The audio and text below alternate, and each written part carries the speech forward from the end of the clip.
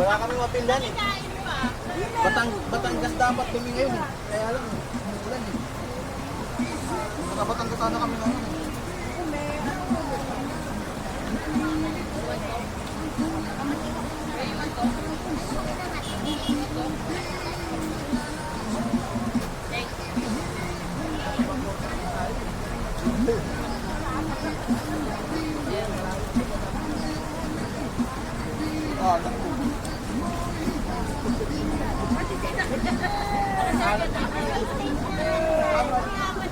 Di ba lang minum ka?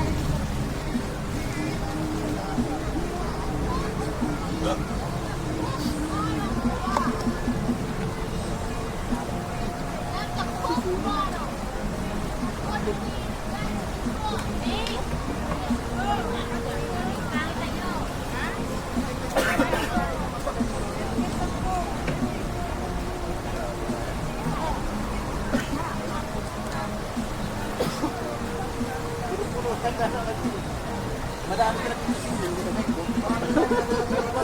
Eh, mas binagyan mo pa ng masin pala sa labas.